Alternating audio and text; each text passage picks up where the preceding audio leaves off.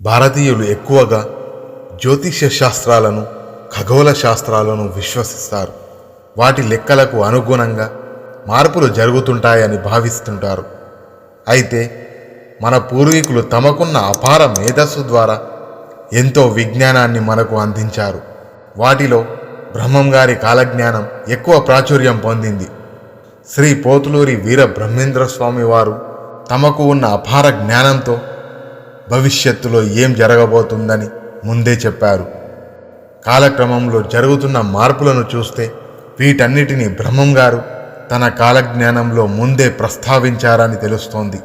మరోవైపు ఎక్కడ ఏ వింత జరిగినా ఇది ముందే బ్రహ్మం గారు చెప్పారంటూ మనం గుర్తు చేసుకుంటూనే ఉంటాం. ఇలాంటి వాటిల్లో కరోనా వైరస్ కూడా ఉంది. బ్రహ్మం గారి వేషాధారణ చూసిన ఎవ్వరైనా ఆయనను ఆధ్యాత్మిక వేత్తగా భావించేవారట. కానీ బ్రహ్మం గారు హేతువాదిగా ఉండేవారట. ఈ విషయాన్ని చరిత్రకారులు కూడా చెబుతున్నారు. క్రీస్తు శకం 1622 నుండి 1693 మధ్య బ్రహ్మం గారు జీవించారు. ఆయన కాలబ్రహ్మయోగిగా మంచి పేరు తెచ్చుకున్నారు. ఇప్పటికే ఆయన రాసిన కాలజ్ఞానాన్ని ఓ ప్రామాణికంగా పరిశీలించుకుంటూనే వస్తున్నారు. వీర బ్రహ్మేంద్ర స్వామి వారి కాలజ్ఞానం నిజమవుతుందని అందరూ విశ్వసిస్తున్నారు. శ్రీశైలానికి దక్షిణంలో వందల కొద్ది రాళ్లు రాలడంతో చాలామంది ప్రాణాలు కోల్పోతారట. అలాగే ఎన్నో రాతి ముక్కలు లేచి ఆకాశం వైపు ఎగురుతాయట. కామాక్షమ్మ విగ్రహం నుంచి రక్తం కారుతుందట. అలాగే కలియుగంలో 5000 సంవత్సరాలు గడిచిన తర్వాత గంగమ్మ అస్సలు కనిపించదట. తెలుగు రాష్ట్రంలోని కృష్ణానది కనకదుర్గమ్మ ముక్కు పుడుకను తాకుతుందని చెప్పారు. జలప్రలయం జరిగిన నాగార్జున డ్యాం బీటలు వారితే కృష్ణానది దుర్గమ్మను తాకే ప్రమాదం ఉంది. అలాగే కృష్ణానది మధ్యలో బంగారు రథం ఉంటుందట. అది చూసిన వారికి దాని కాంతి వలన కంటిచూపు పోయే ప్రమాదం ఉందట.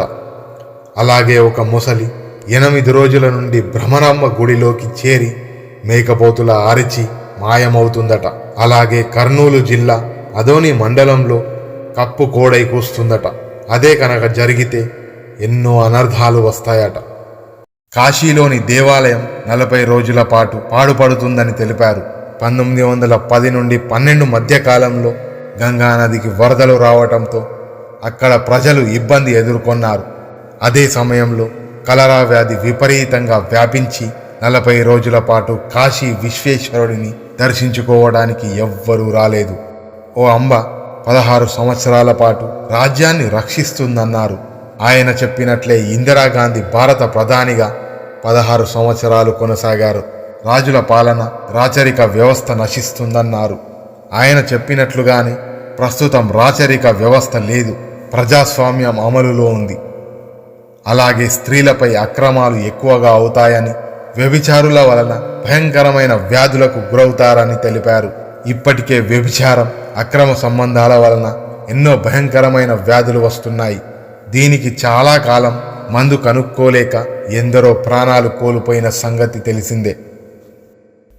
ఇప్పుడు బ్రహ్మం గారు చెప్పిన కొన్ని విషయాలు జరిగినవి, జరగబోయేవి చూద్దాం. బ్రహ్మం గారు చెప్పిన విషయాలలో జరిగినవి: చల్ల కంటే కళ్ళే గొప్పదిగా భావిస్తారు. వావి వరుసలు మర్చిపోతారు. వర్ణ వ్యవస్థ నాశనమవుతుంది. భర్తలను భార్యలు ఏలుతారు. రాజరికాలు నశిస్తాయి. ప్రజలే ప్రభువులవుతారు. తిరుపతి పెద్ద పట్టణమవుతుంది. ఉత్తర దేశాన మహాత్ముడు జన్మించి సత్య అహింసలను బోధిస్తాడు. చీమకుర్తి, బెజవాడలు మహాపట్టణాలుగా అవుతాయి. ఉత్తములైన వారు అల్పులకు దాసీతనము చేస్తారు. కామతత్వం పెరుగుతుంది. భారతదేశాన్ని విదేశీయులు పాలిస్తారు. మాచర్ల రాజులు మాధవతి కారణంగా సమస్తము సమసిపోదురు. కోటి విద్యలున్న కూడులేక మాడిపోతారు. సర్వ వస్తువులు కల్తీ అవుతాయి. భర్తలను భార్యలు, భార్యలను భర్తలు ధనం కోసం వేపుకు తింటారు. ముండమోపులు ముత్తైదులవుతారు. నీటిని కొనుగోలు చేస్తారు. ఎడ్లు, దున్నపోతులు లేకుండా బండ్లు నడుస్తాయి. మానవులు పక్షుల్లాగా ఎగురుతారు. ఇప్పుడు జరగబోయేవి చూద్దాం. తిరుపతికి వెళ్ళే అన్ని దారులు మూసుకుపోతాయి. తిరుపతి వెంకటేశ్వర స్వామి సంపదను 6 దొంగలు దోచుకుపోతారు. కృష్ణానది మధ్యలో బంగారు రథం బయటపడుతుంది. అది చూసిన ప్రజలు తమ కన్నులను పోగొట్టుకుంటారు. శ్రీశైల మల్లికార్జునుడు భక్తులతో మాట్లాడుతాడు. యాగంటి బసవన్న రంకెవేస్తాడు. మధుర మీనాక్షి జనులతో మాట్లాడుతుంది.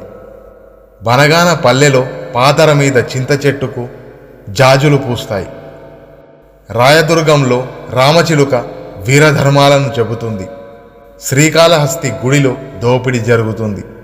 మల్లికార్జునుడు శ్రీశైలాన్ని వదిలి వింధ్య పర్వతాలకు వెళ్ళిపోతాడు. పెనుగొండలో పెద్ద పులులు తిరుగుతాయి.